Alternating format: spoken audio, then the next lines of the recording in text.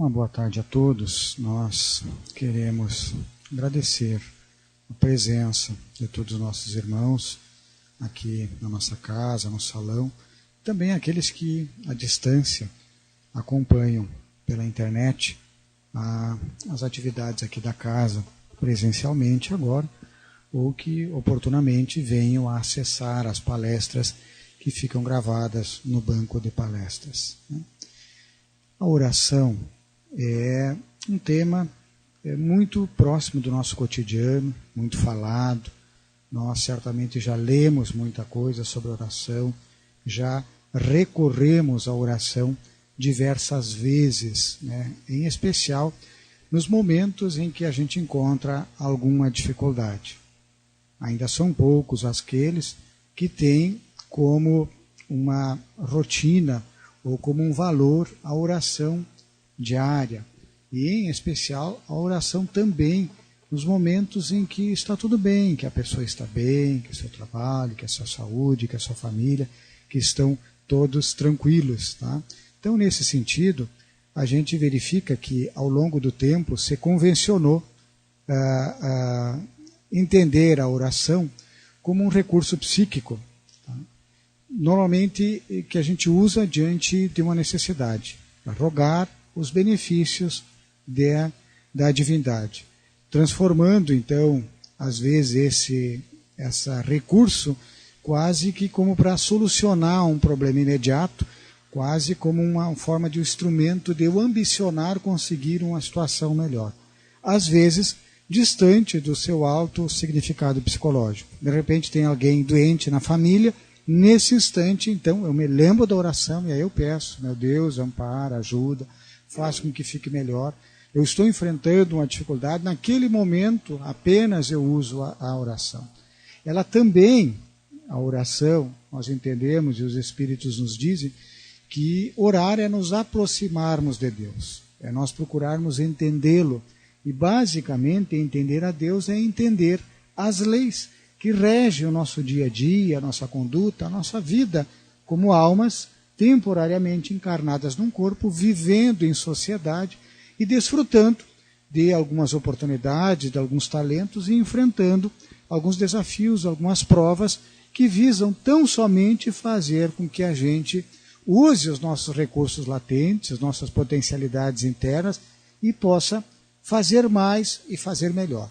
Também a vida, em determinados momentos, nos traz algum desafio, uma expiação, uma dificuldade, que a gente não identifica, inclusive, a causa por uma ação imediata nossa. Alguns se revoltam, alguns acham que não é justo, em especial naquele momento que está tudo bem, de repente surgir um problema, um desafio muito grande, que às vezes é exatamente a situação de expiar uma falta que, se não tem origem nessa vida, certamente, porque Deus é justo, é bom, e ninguém é injustiçado, ele tem origem em vidas passadas.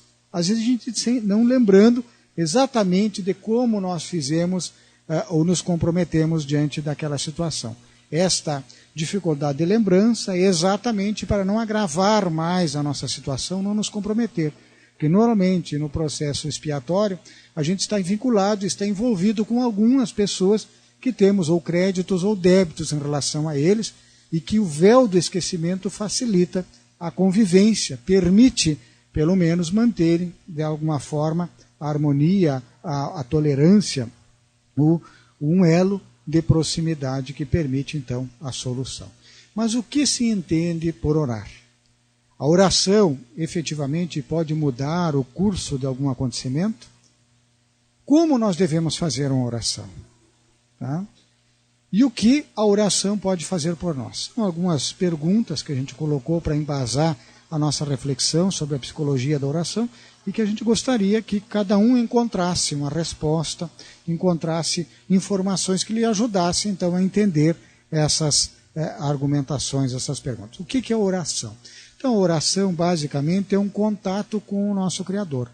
E a gente faz esse contato, normalmente é um contato mental, que pode ser expressado em palavras, e que algumas religiões, a doutrina espírita não tem, posturas específicas de joelho, ou se verá em direção a um determinado local, isso não existe.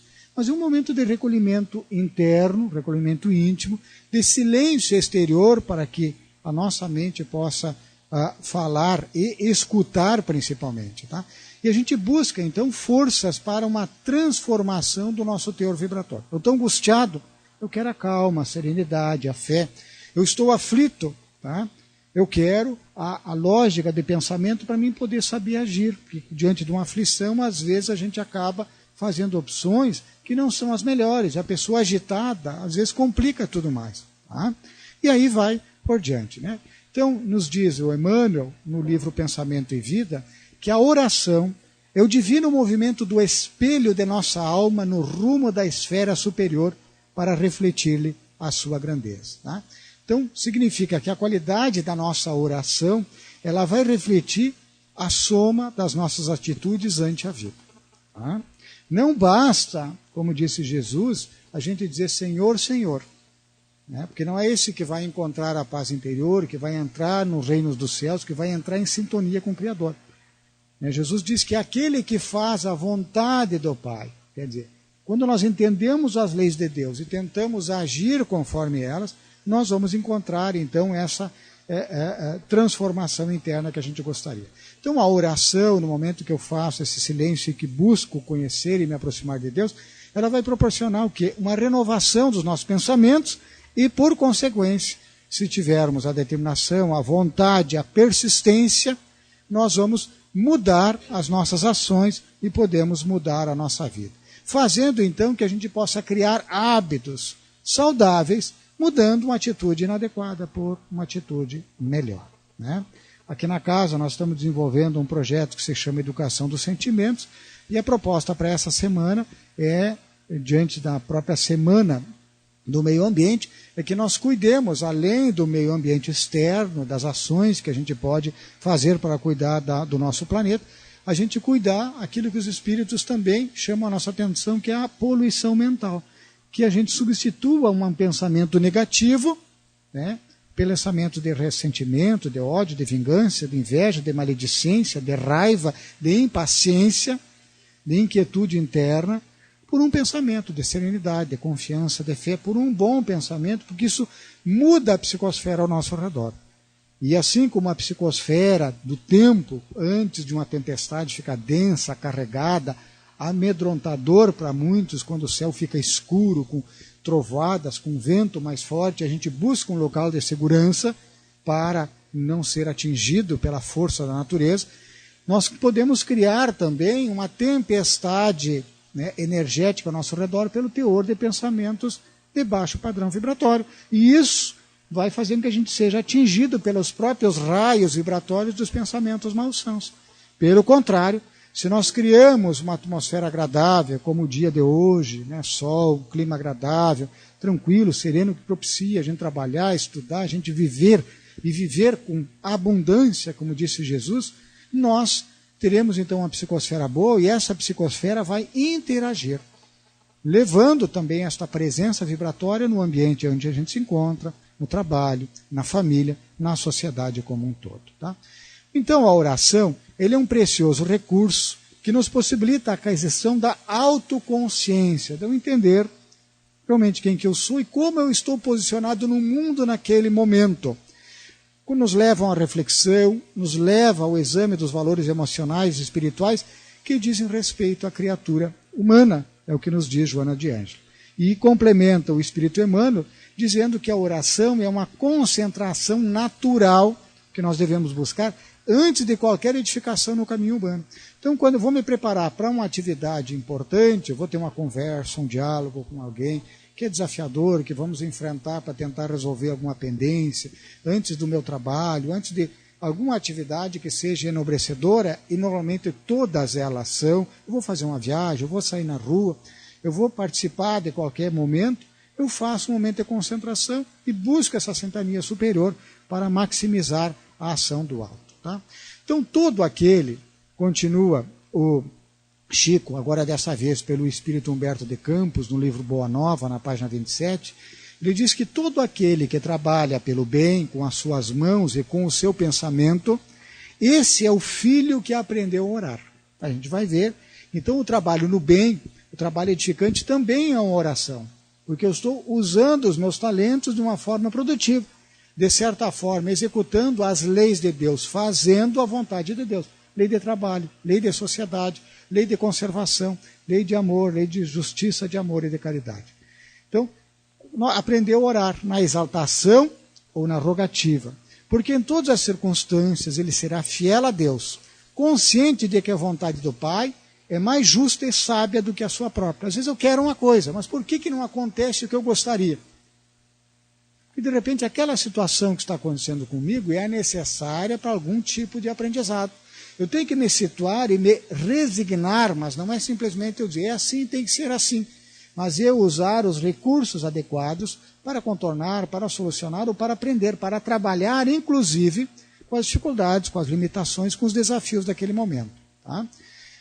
O Emmanuel, no livro Vinha de Luz, na lição 21, ele sugere que nos dias de luta, que são para nós quase todos os dias, em função do planeta de provas e expiações que vivemos, faze os votos e promessas que forem do teu agrado e proveito. Mas não te esqueças da ação e da renovação aproveitáveis na obra divina do mundo e sumamente agradáveis aos olhos do Senhor. Ora e confia. Ora e confia. Então a oração, ela é uma ação no bem. E que traz o bem para a nossa vida. Aonde nós devemos orar?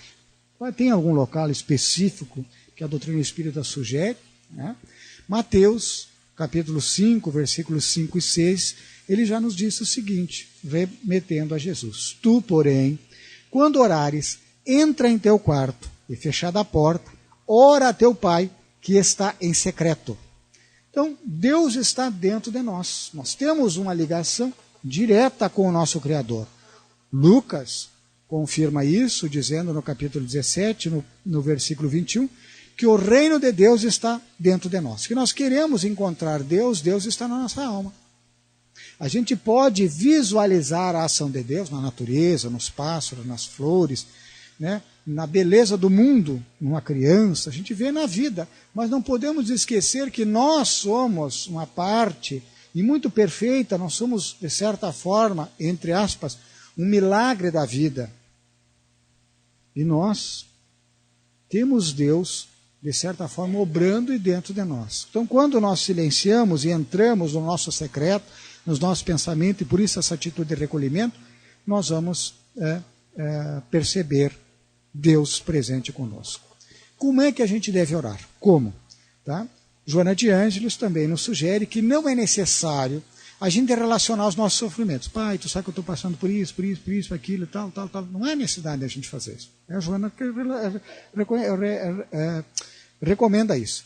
Nem explicitar os anseios da mente e do coração. Fulano tem uma prova para fazer, será que vai bem? Fulano está viajando, Beltrano isso, aquilo. Tá?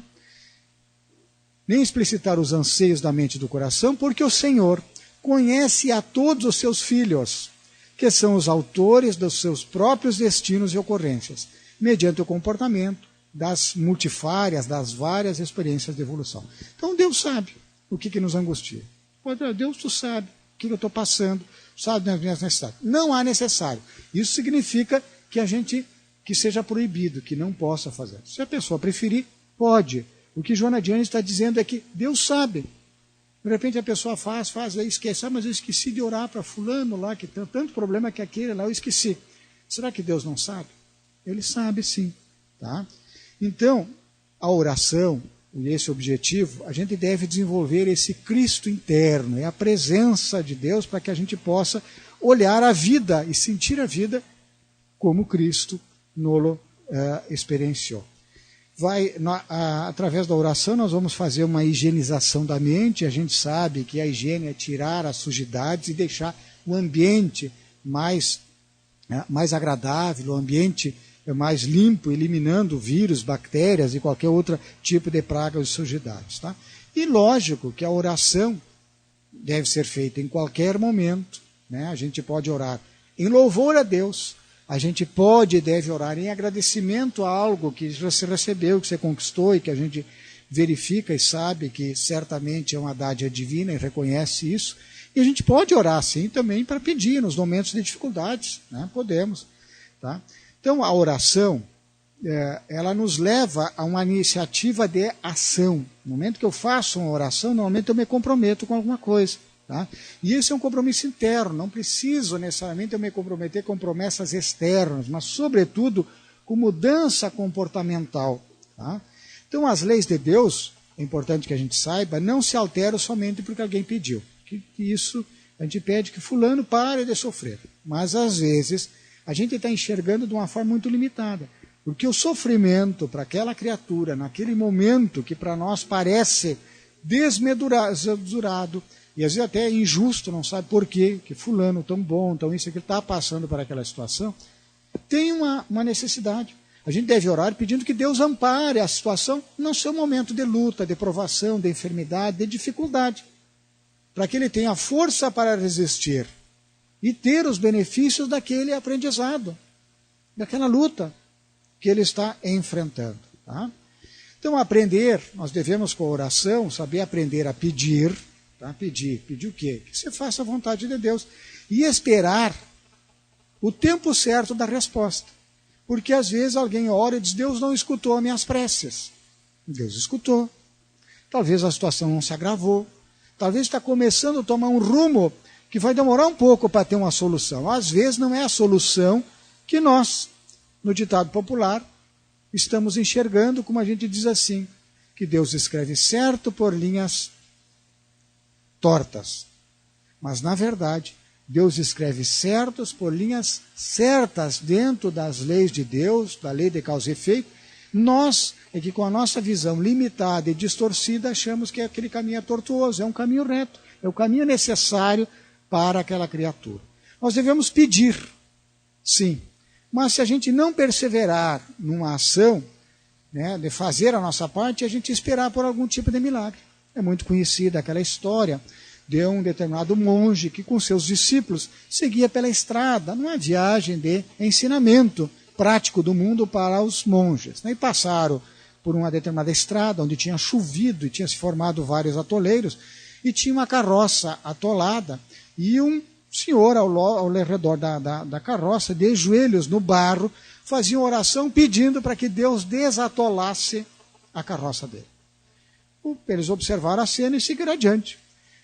Andaram mais um pouco, num determinado outro trecho da estrada, uma outra pessoa que estava empurrando a carroça, fazia esforço e dizia, mas e agora eu tenho que chegar a tempo no mercado para entregar essas mercadorias, e estava agitado, empurrava, resbalava, todo sujo, caía e tal. Né? Eles observaram a cena e o monge, o chefe, o pretor deles, recomendou, disse, vamos ajudar esse senhor a desatolar a carroça. E foi feito, ele saiu, agradeceu, ficou muito feliz que ia cumprir. Um dos discípulos mais atentos disse assim, mestre, me explica, eu não entendi muito bem.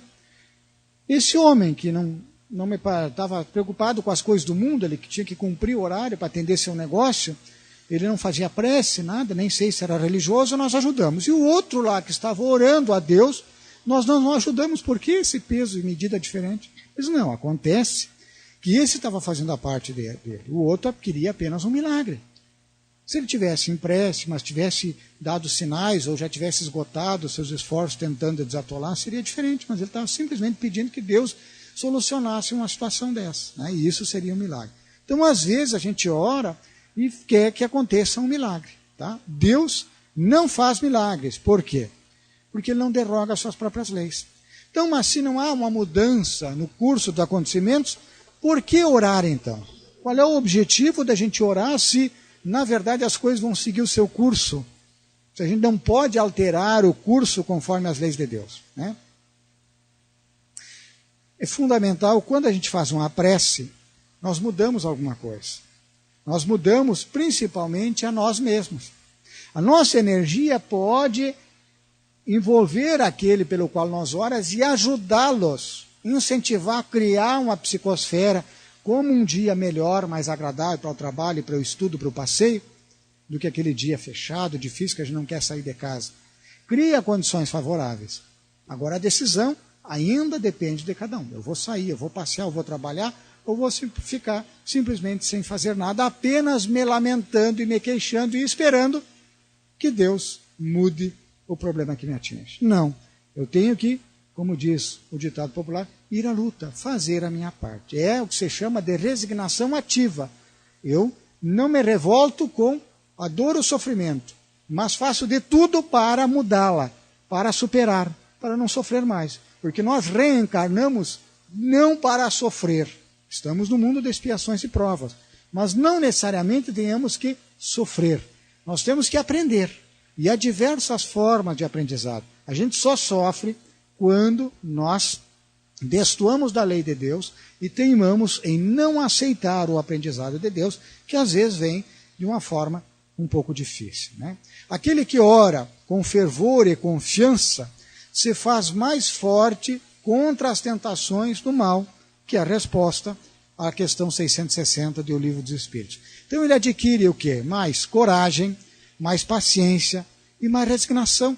Esta em si é um móvel da psicologia da oração. Quando tem alguém, um amigo nosso, sofrendo, e às vezes não sabe o que dizer, a gente diz, coragem, meu irmão, coragem, paciência, tenha confiança em Deus, não é resignação? Não é isso que a gente às vezes sugere? Claro, a gente até não queria estar na pele do outro, principalmente quando a gente não tem um vínculo muito próximo. Se alguém muito próximo, querido, a gente às vezes até queria trazer para nós aquela dor, aliviando os ombros do outro que a gente acha que está sobrecarregado, que está frágil. Esquecendo-se que Deus não coloca um fardo mais pesado do que os nossos ombros podem suportar. Se falhamos, é porque falta em nós a vontade, a determinação para o aprendizado, assim como tudo na vida. Então, a oração, ela nos dá amparo e permite também, porque eu rompo essa atmosfera das preocupações e do sofrimento apenas e me ligo com o alto, eu começo a receber inspiração dos bons espíritos.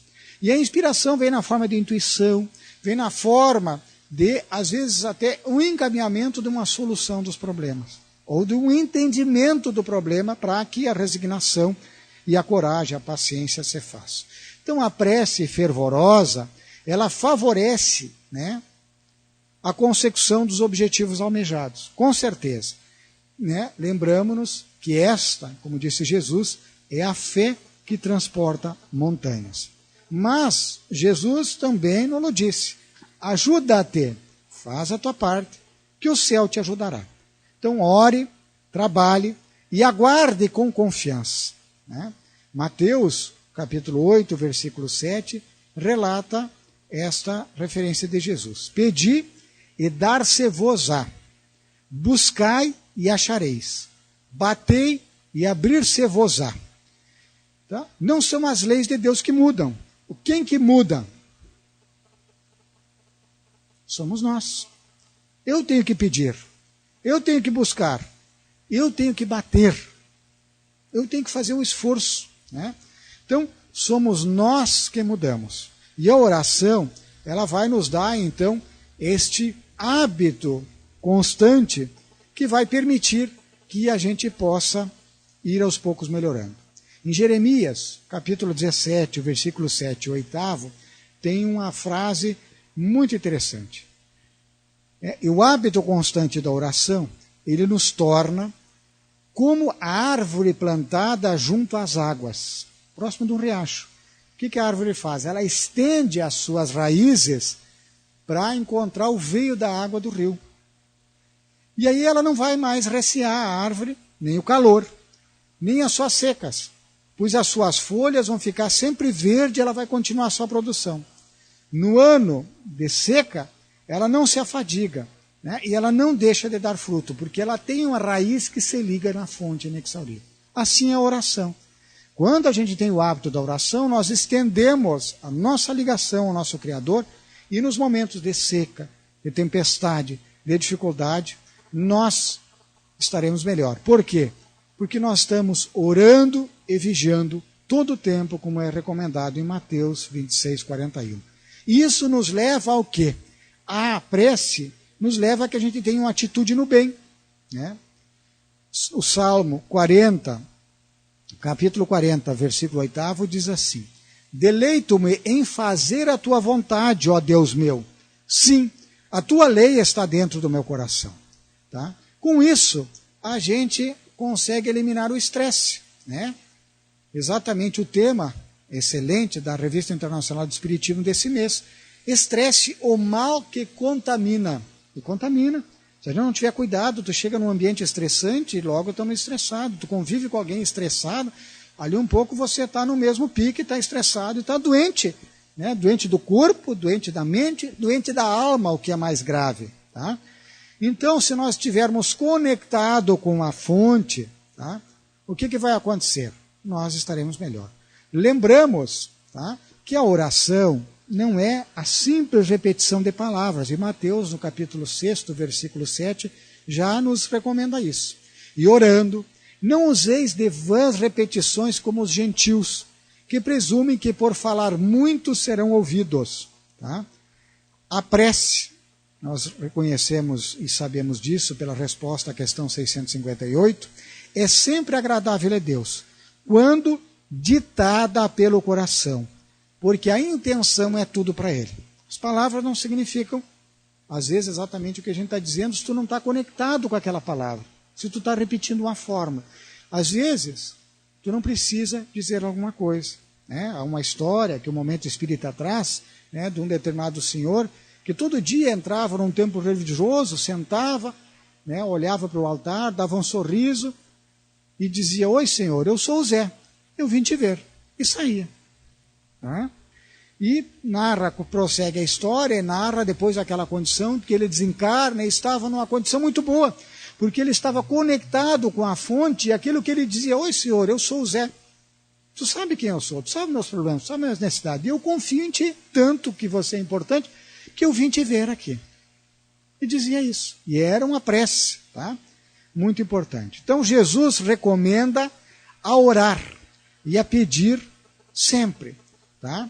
Mas lembramos que nós temos que, na medida que vamos falando e que às vezes vamos repetindo as nossas preces, as nossas rogativas, né, a gente vai incorporando aquilo. Tá? E isso faz parte de um estudo que é a teoria da inteligência emocional, desenvolvido por alguns cientistas e coordenados e trazido para o grande público pelo psicólogo americano Daniel Goleman, né, que estudou inclusive os resultados do fervor da oração, quer dizer, daquela confiança que eu tenho na oração, né, que é poderosa. Na medida em que eu faço uma oração com determinação, com fé, né, eu acabo mudando a minha postura mental por essa internalização das ideias positivas que normalmente a oração traz.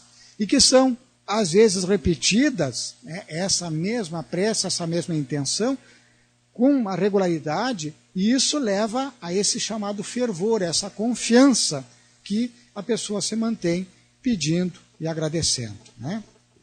Joana de Ângelo, no livro Plenitude, ele diz: como não se vive sem pensar, deve-se fazê-lo sempre de forma positiva e otimista, gerando novo costume no campo mental até que seja absorvido e transformado em automatismo pela repetição natural. O meu pensamento. A gente aprende a pensar reto, a agir sempre de uma determinada postura, inclusive de oração. E isso nos leva ou nos coloca em condições de receber o amor divino que a gente quer. Quer dizer, este amor, este amparo, esta proteção. Né? Chico Xavier, no Espírito André Luiz, no livro Nosso Lar, na página 47 e 48, ele nos esclarece que é lógico que o Senhor não espera nossas rogativas para nos amar.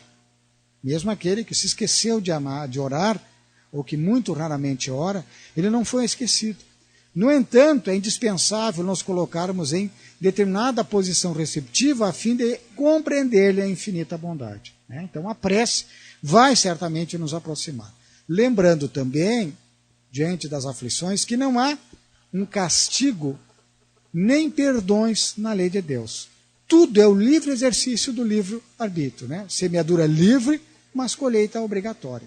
Então, a recomendação de Jesus para orar, bater, buscar e pedir é no sentido de nós criarmos as condições para que o amor infinito flua através de nós. Tá?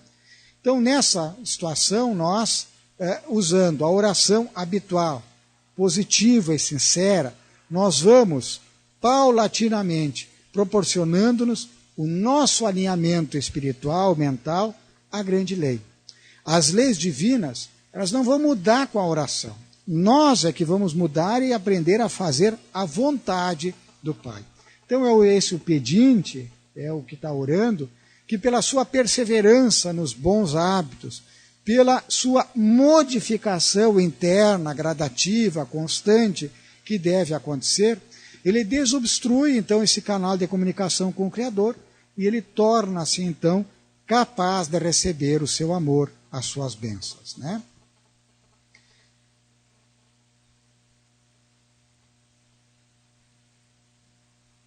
Lembramos também que a cada oração que nós fazemos, nós vamos receber de acordo com a nossa capacidade.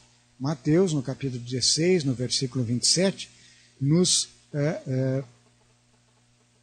traz que cada um recebe conforme as suas obras. Então Deus nos convida para recebermos o que nós quisermos. Na oração, que a gente pede, às vezes tem algum tipo de retorno, mais ou menos rápido, nós somente vamos receber conforme a medida da nossa capacidade, da nossa mudança, do nosso merecimento. Tá?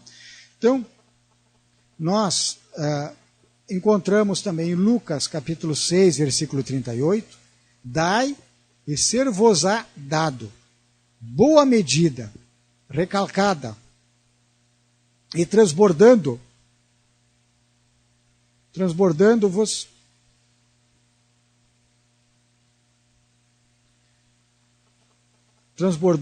darão em vosso regaço, porque a vossa medida com que medirdes, também vos medirão de novo. Então a forma de ação nossa, ela é enfatizada na parábola dos talentos, que é conhecida de todos nós, né, em que a gente vai fazer a caridade, né, e não só a caridade material, mas a caridade com o próximo em qualquer condição que a gente se encontre. Isso cria condições para que a gente possa receber. Lembrando sempre que a caridade verdadeira é benevolência para com todos, indulgência, perdão das ofensas, muito mais do que qualquer doação ou somente uma doação material. Joana de Ângeles, por fim, e para a nossa meditação final, nos diz que a oração é um mecanismo sublime que permite a mudança de onda para campos mais sensíveis e elevados do cosmos. Então, com a oração, meus irmãos, nós nos tornamos abertos a perceber o amor de Deus nos envolvendo. E desta forma, com certeza, nós encontraremos mais facilidades, inundados pelo amor de Deus, a também transmitir este amor na nossa casa, no nosso trabalho, na vida como um todo, recebendo de retorno todo o amor que nós damos na forma de paz, de tranquilidade, de confiança, de serenidade. E diante dos desafios que fatalmente enfrentaremos nesse mundo de expiações e provas, teremos a coragem, teremos a resignação, teremos a fé, a confiança para nos mantermos com serenidade. Que Jesus nos envolva e nos ampare a todos.